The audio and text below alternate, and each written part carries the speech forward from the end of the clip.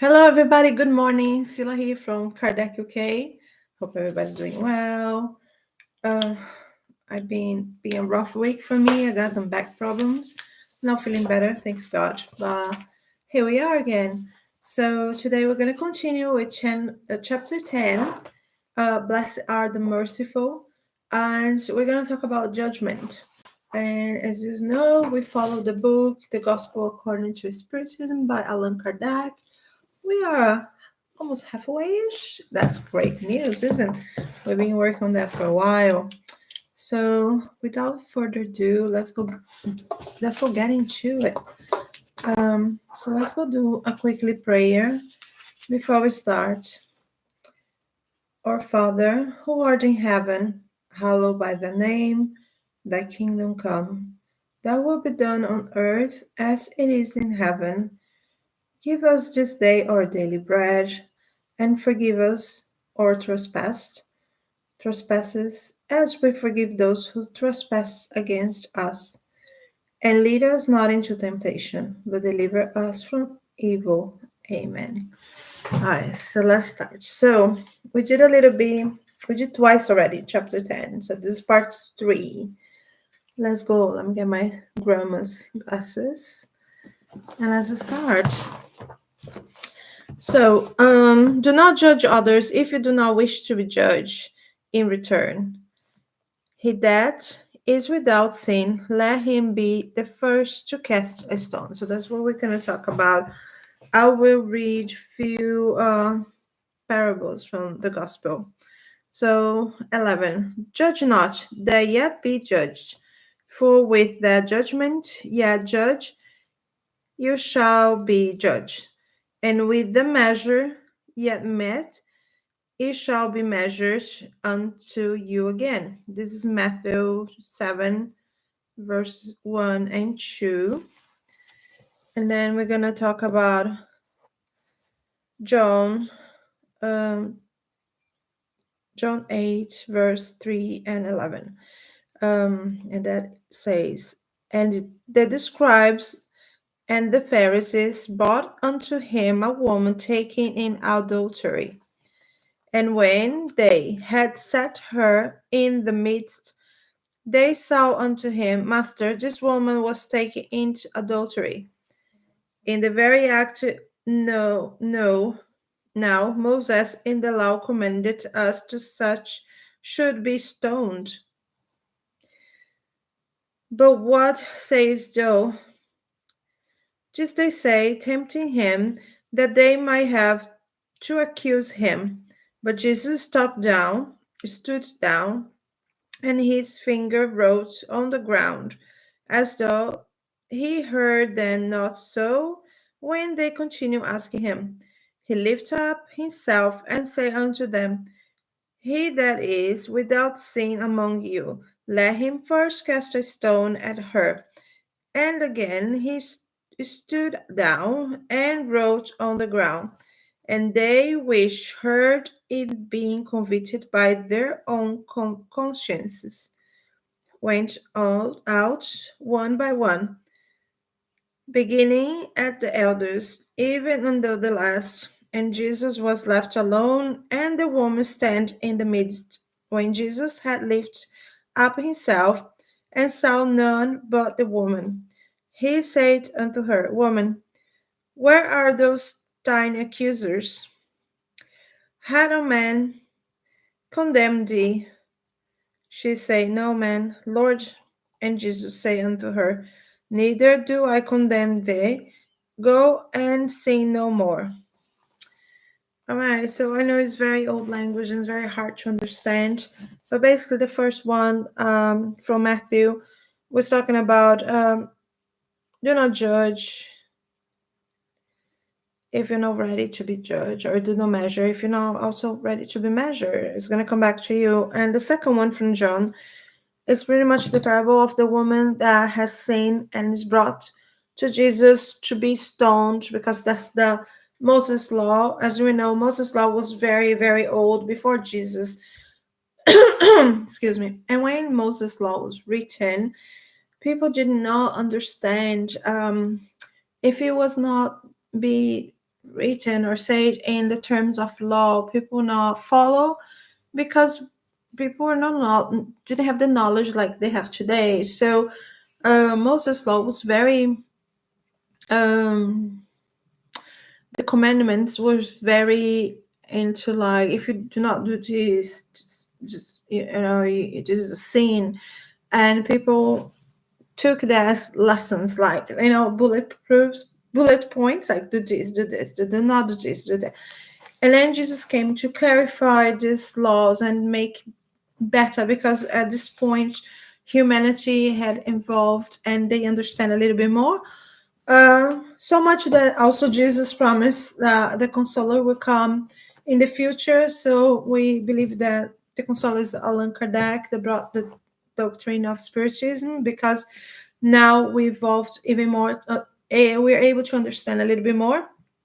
So let's go see what the spirits has to say about that, how they explain these parables to us. Okay, so here we go. With the sentence, "He that is without sin amongst you, let him cast the first stone."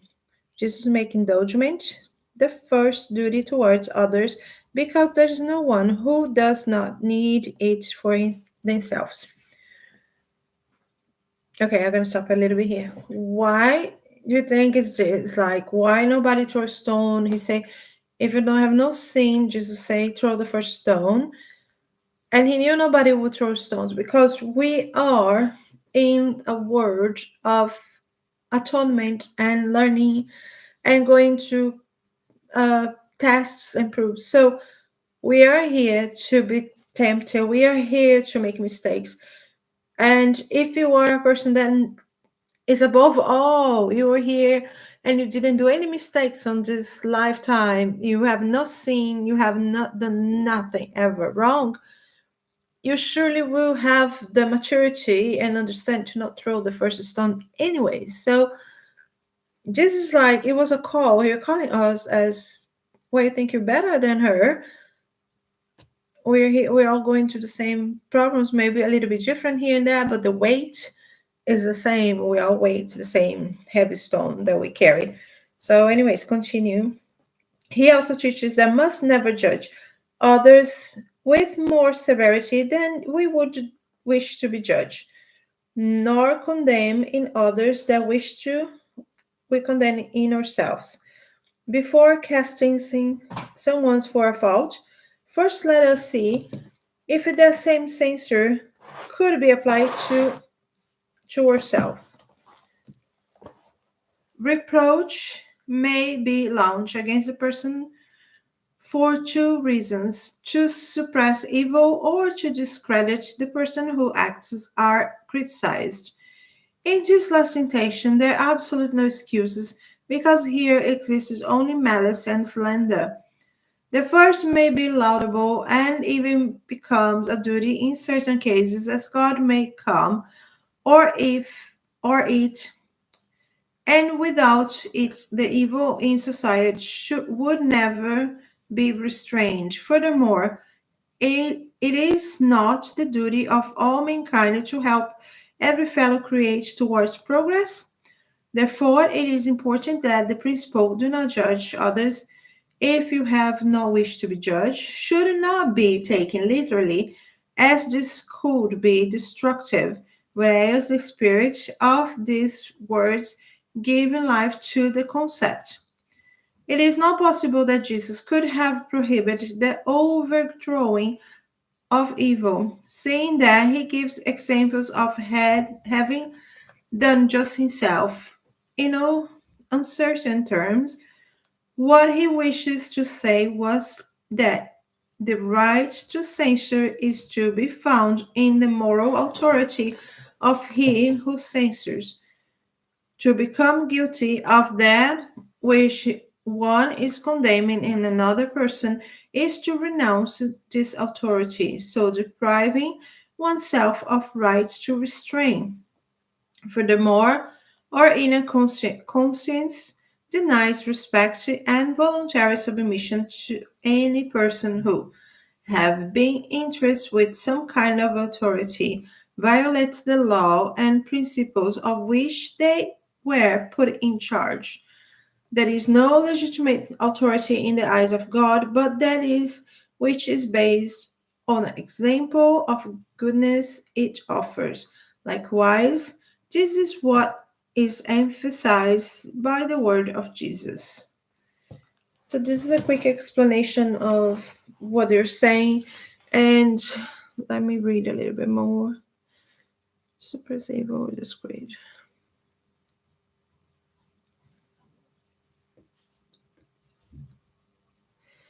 Well, they're talking about this part that says to suppress evil or to discredit the person who acts are criticized. So in the last part they say discredit a person who are acts are criticized. This is I say the intention is absolutely no excuse because people are already creating this intention already carry malice and slander, if you know what I mean. They are already trying to discredit somebody. So mainly tell everybody, don't listen to this person because this person is crazy. So basically say, don't pay attention to her, pay attention to me. And yeah, he's crazy, meaning this is going to be carry on. So it's already the malice in there. It's already creating a situation where the person will not be heard ever because every time you say something, oh, it's crazy, this person's crazy. And to suppress evil, so when somebody does something or say something bad, or there is no evil to suppress because, like I say, we are all the same way. So how are we going to suppress somebody else's evil? It's not your business, basically. So you should be helping the person, not throwing stones at the person or criticizing or doing something. You can be critical. I mean, I'm not saying we're all like to be quiet, but what it means is when you critique somebody, to put it down the person. I mean, if you honesty has nothing to do with criticism. So if you go to a person and say, look, you are like this, not to offend, but to bring it up the person's attention to correct this mistake, only because you want to see that person doing better and you know they can, that's a charity almost. But when you say those things to the person, look, you are this, to suppress and to hurt their feelings, so they're going to be quiet. They're not going to repeat what they're doing from now on because they are being suppressed. They're being judged. That's not right. That's pure malice and evil, and you're trying to suppress somebody just because it doesn't fit your standards. That does not apply. So that's what we need to be careful. Are we saying something to the person to help, or are we judging and trying to suppress the person? So I know it seems very little tiny detail, but the intentions behind is everything. That's what we have to be careful with. It's basically, of course, we have to be careful with what we say, but more is still, we need to be careful with the intentions behind what we say. And it's so easy for us to do that, to make a mistake. It's so easy to say something and then after we say, look at our intentions and regret, which is okay. We can always say sorry, but it's still, ideally, we want to be aware of our intentions when we say something to other people or when we take action against other people, or if you, more importantly, if you are in the position of a certain authority, whatever that be, we need to think about what we do, what we say, and what's the intention behind what we're doing and what we're saying. It's quite easy to manipulate people, quite easy to round down people against something or somebody just using your words and without noticing. All right. So that's the lesson for today. I will do more lives if you want to see more, because I'm trying to catch up because I let behind a lot. So we will continue doing the instructions from the spirits, the pardoning of offense. That's what's going to come next. All right, so I will end this one here. and see you in a few minutes. Thank you.